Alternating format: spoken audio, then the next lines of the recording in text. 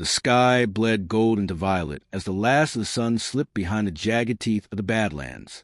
Wind moved in low, restless sighs through brittle grass, carrying with it the faint tang of distant rain. A lone rider cut a sharp figure against the fading light, his shoulders squared in the saddle as if bracing against more than the weather. The horse's breath came in white plumes, and every hoofbeat felt deliberate, each step echoing in the stillness like a clock ticking towards something inevitable. His eyes moved constantly, scanning the rim of the ridge, the dips of shadow between boulders. There was no peace in this land, only the brief pause between troubles. The leather of his reins was worn smooth from years of use, the kind of wear that spoke of a man who traveled not for pleasure, but because staying put was never an option. Somewhere beyond these hills lay his ranch, fences mended by his own hands, cattle branded with his mark, but tonight it felt farther away than the moon. The wind shifted. His horse flicked an ear, nostrils widening. He slowed to a walk, listening. It wasn't a sound so much as a change in the air, a pressure, a held breath. Then came the sharp crack of stone on stone, followed by a low rumble above him. He looked up just in time to see rocks breaking loose from the ridge, rolling toward him in a cascade. The horse reared, eyes white, hooves striking air. He dug in with his heels, but the slope beneath them gave way. They slid, half falling, hooves skidding against gravel. The world tilted, and for a moment there was no sky, no earth, only the dizzying drop and the scream of wind in his ears.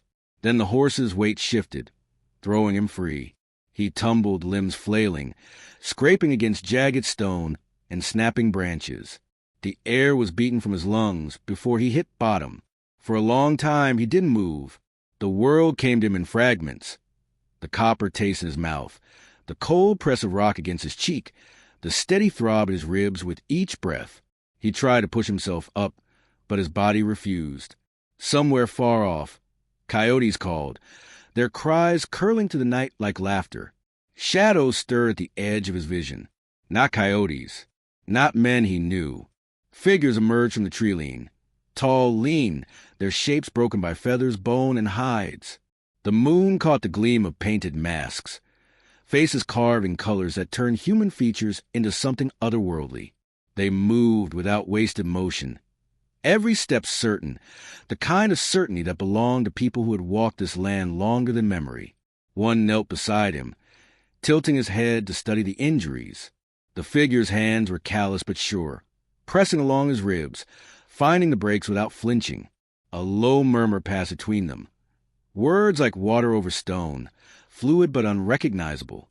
He tried to speak, but his voice cracked into nothing. Two more stepped forward with a litter made from branches bound in hide. They slid him onto it with practiced ease, his body weightless in their grip. The world swayed as they began to move, the sky overhead tilting between branches. The forest swallowed them whole. Moonlight threaded through towering pines, falling in silver pools on the mossy ground. Every sound felt close and deliberate. The soft pad of their steps, the rustle of leaves, the faint rattle of beads against wood. The air smelled of pine resin, wet soil, and something else. Smoke, faint but growing. He tried to hold on to consciousness, to count their number, to memorize the path, but the forest disoriented him. Trees stood like pillars in an endless hall, their roots twisting underfoot. Now and then he caught glimpses of faces behind the masks, eyes dark and unreadable. The further they went, the quieter it became, until the only sound was the deep, rhythmic breath of the men carrying him. The pain in his ribs deepened with each sway of the litter. A droplet of water fell from above, cold against his temple, sliding into his hair. They passed beneath an arch of stone overgrown with vines, the kind of formation that looked shaped by hands, not nature. On the other side, the trees thickened, their trunks wider, their crowns so high they disappeared into shadow. The air grew warmer here, heavy with the scent of wood smoke and herbs. The carriers paused just long enough for one of them to press a small, bitter leaf against his lips. He resisted at first, but the figure's gaze held him until he chewed. The taste was sharp, numbing his tongue, and soon a strange heat began to pulse in his chest. He blinked against the haze, settling over his thoughts, focusing on the flicker ahead. Firelight. The masks caught the glow. their colors alive in the dance of flames. The litter lowered onto thick furs spread on the ground. Someone's hands, small, deft, began untying the bindings of his coat. A tall figure stepped forward, mask painted in deep red, feathers rising like a crown. The figure crouched, placing a hand over his heart, not in greeting but as if measuring its beat. The voice that came was deep and slow, the words still foreign, but the tone, calm, certain, carried weight. The man tried to ask who they were, but his voice was swallowed by the crackle of fire. The red-masked figure looked at the others and gave a short nod. The last thing he saw before darkness took him was a firelight glinting off bone charms, and the steady eyes behind the mask watching him, as they already knew the path his life was about to take. He woke to the smell of smoke and damp earth, the crackle of embers whispering somewhere beyond his sight. The roof above him was made of lashed timbers and woven reeds, the kind of craftsmanship that suggested both age and precision. He lay on a bed of layered furs, their warmth almost enough to mask the ache deep in his ribs. Almost, when he tried to sit, pain cut through his side like a hooked blade. A shadow moved in the corner. The tall figure from the night before stepped forward, mask now set aside. The face revealed was lined with years, the skin weathered by wind and sun, eyes sharp and steady. In his hands he carried a bowl of steaming liquid, thick with the scent of bitter herbs. Without a word, he crouched and lifted the bowl to the rancher's lips. The taste was sharp and metallic, but warmth spread quickly from his throat to his chest. He realized then that the man was not a captor. Every movement was deliberate, careful, as though tending to an animal too badly injured to defend itself. Through the open gap of the doorway, he glimpsed figures moving in the daylight beyond. Men and women worked with quiet rhythm, smoke rising from cooking pits, hides stretched over frames, children darting between the legs of hunters carrying freshly dressed game. There was no idle noise here, no wasted gesture. Every sound belonged to purpose.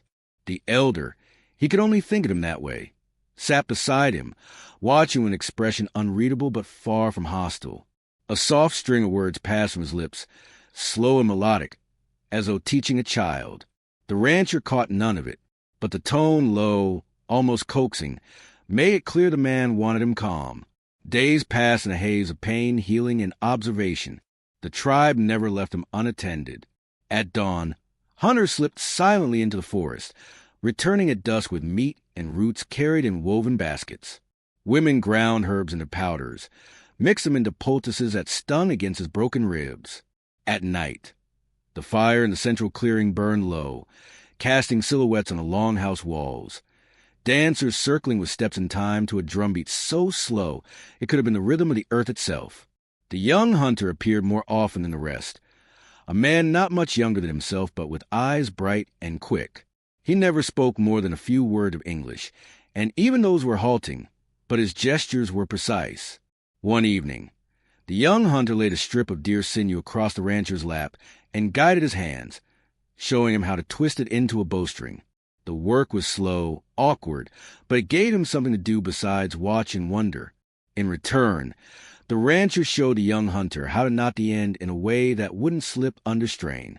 For the first time, the hunter smiled, quick, almost reluctant, and touched 2 fingers to his own chest, then to the rancher's, as if sealing some small agreement between them. The elder, though less visible, seemed to be the quiet axis of their world. When the wind turned cold, he moved among the people, speaking in low tones, directing where fires should be built and food stored. When the rancher's fever spiked one night, the elder sat beside him until dawn, placing a hand against his forehead at intervals, as if willing the sickness to break. But the peace was not without cracks. One morning, the young hunter returned from the forest with an arrow clutched in his fist. Its shaft was black, the fletching dark and ragged. He dropped at the elder's feet without a word. The elder studied it for a long moment before speaking in a voice that carried across the clearing. The others stopped what they were doing. The meaning was clear even without translation. Someone else was near, someone unwelcome. The young hunter led the rancher to the edge of the clearing and pointed to the tree lean. On several trunks, daubs of red paint had been smeared, shapes like crude skulls staring from a bark. The rancher didn't need language to understand the warning.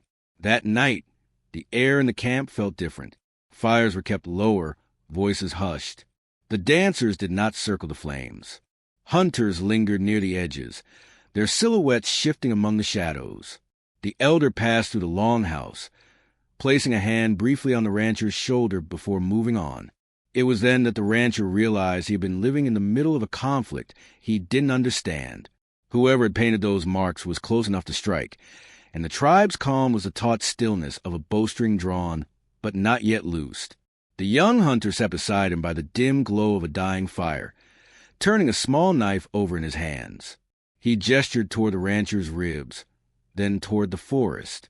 The meaning was simple. You are not ready to face what's out there. But the rancher, even with his body still mending, felt the slow stir of obligation.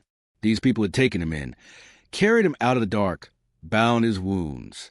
Leaving them to whatever threat lay beyond the tree-line was a thought he couldn't quite stomach. As the last embers winked out, the forest beyond seemed to pulse with the memory of those red-marked trees. The air carried a faint echo of something distant, drums low and measured, threading through the silence. He lay back on the furs, staring at the longhouse roof, knowing that whatever was coming would not be kept away by painted warnings alone. And when it came, he would not be an outsider watching from the safety of the shadows. Rain came without warning, heavy and cold, turning the earth of the clearing into dark, sucking mud. The hunters returned to run, their chests heaving, eyes scanning the tree-line even as they spoke in quick bursts to the elder. The young hunter clutched another arrow, black shaft, broken near the fletching, as if the damage itself was proof of how close the enemy had come. The elder's face remained unreadable, but his voice carried sharp commands that sent people scattering. Fires were smothered.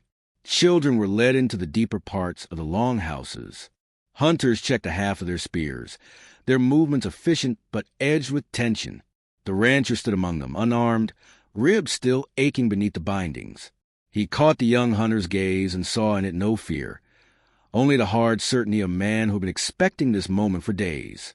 The elder beckoned him to the side, away from the others.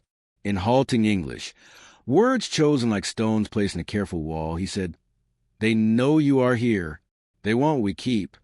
His eyes stayed on the forest as he spoke, as though the trees themselves might step forward and prove him right. The rancher asked what was they kept, but the elder did not answer. He only said, "Stay inside when the drums begin." By midday the rain had slowed to a fine mist, but the forest seemed to have absorbed the sound of it, holding on to the wet silence like a warning. The young hunter appeared again, pressing something into the rancher's hand, a short-handled axe, its edge newly honed. No words, just the weight of it and the meaning in his eyes. "You will fight." That night, the drums came. Low at first, then louder, their rhythm threading through the forest in steady pulses. The sound felt less like music and more like the measure of distance between predator and prey. The hunters formed a loose line at the clearing's edge, their faces painted in streaks of ochre and ash. The young hunter moved into place beside him, handing over a small leather strap to secure the axe to his wrist. They waited. Shadows shifted among the trees, then resolved into shapes. Figures crouched low, moving in the gaps between torchlight. The first spear came whistling through the air, striking the ground so close to a warrior's foot that it split the earth. Then the forest erupted. Figures poured from the dark, their bodies streaked in black paint, weapons raised. The rancher's grip tightened around the axe. He swung at the first that came near, the shock of impact jarring up his arm. He was slow compared to the others, untrained, but he followed the rhythm of the young hunter's movements, striking where there was an opening, covering where there was none. The clash was fast and brutal, mud sucking at boots, the metallic smell of blood mixing with wet earth, the air thick with the sharp tang of sweat and smoke. Somewhere in the chaos, the elder's voice rose in a chant, deep and steady, carrying over the shouts and the ringing of metal. A sudden shove at his shoulder sent him stumbling back. The young hunter had stepped into the path of a spear meant for him, deflecting it with a half of his own weapon before driving it into the attacker's side. They locked eyes for the briefest moment, acknowledgement, not gratitude, before turning back to fight. The attack broke as quickly as it began. The enemy melted into the trees, leaving behind only the churned mud, the the wounded, and the cooling bodies of their dead. The tribe moved with practiced speed, pulling their injured into the longhouses, setting guards at the perimeter. The rancher stood at the edge of the clearing, chest heaving, watching the shadows beyond the firelight. He realized then that this had not been the real fight, only the testing of a line. They would be back, and next time they would not come with only spears and shadows. The elder approached, his hands stained with ash from tending to the wounded. He looked at the rancher for a long moment, then said, "You fight like a man who knows he cannot run." The words were not praise, not entirely, but they carried something heavier, recognition. The young hunter passed it without stopping, carrying a bundle of arrows toward the guard posts. There was no need for conversation between them. What had been shared in the fight was enough. The drums did not return that night, but the forest did not feel empty. Somewhere out there, the enemy was watching, waiting, and the rancher knew that when they came again, the fight would decide far more than whether he lived or died. He turned toward the longhouse, the weight of the axe still in his hand, and understood that he was already part of this place, bound to it not by choice, but by the pull of a promise he hadn't realized he'd made. Dawn came shrouded in a pale fog that clung low to the ground, curling around the trunks of the great pines. The clearing was silent, but for the soft scrape of stone against steel as weapons were sharpened. The elder moved among the warriors, dipping his fingers into a clay bowl of dark paint and tracing lines across their faces, marks of protection, of readiness.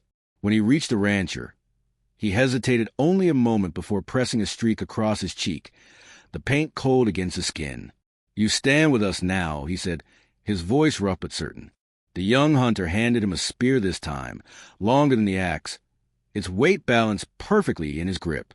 There was no smile, no nod, only the quiet understanding that they would fight side by side again. From the forest edge, the first sound came, not drums, but the low, rising howl of a conch shell.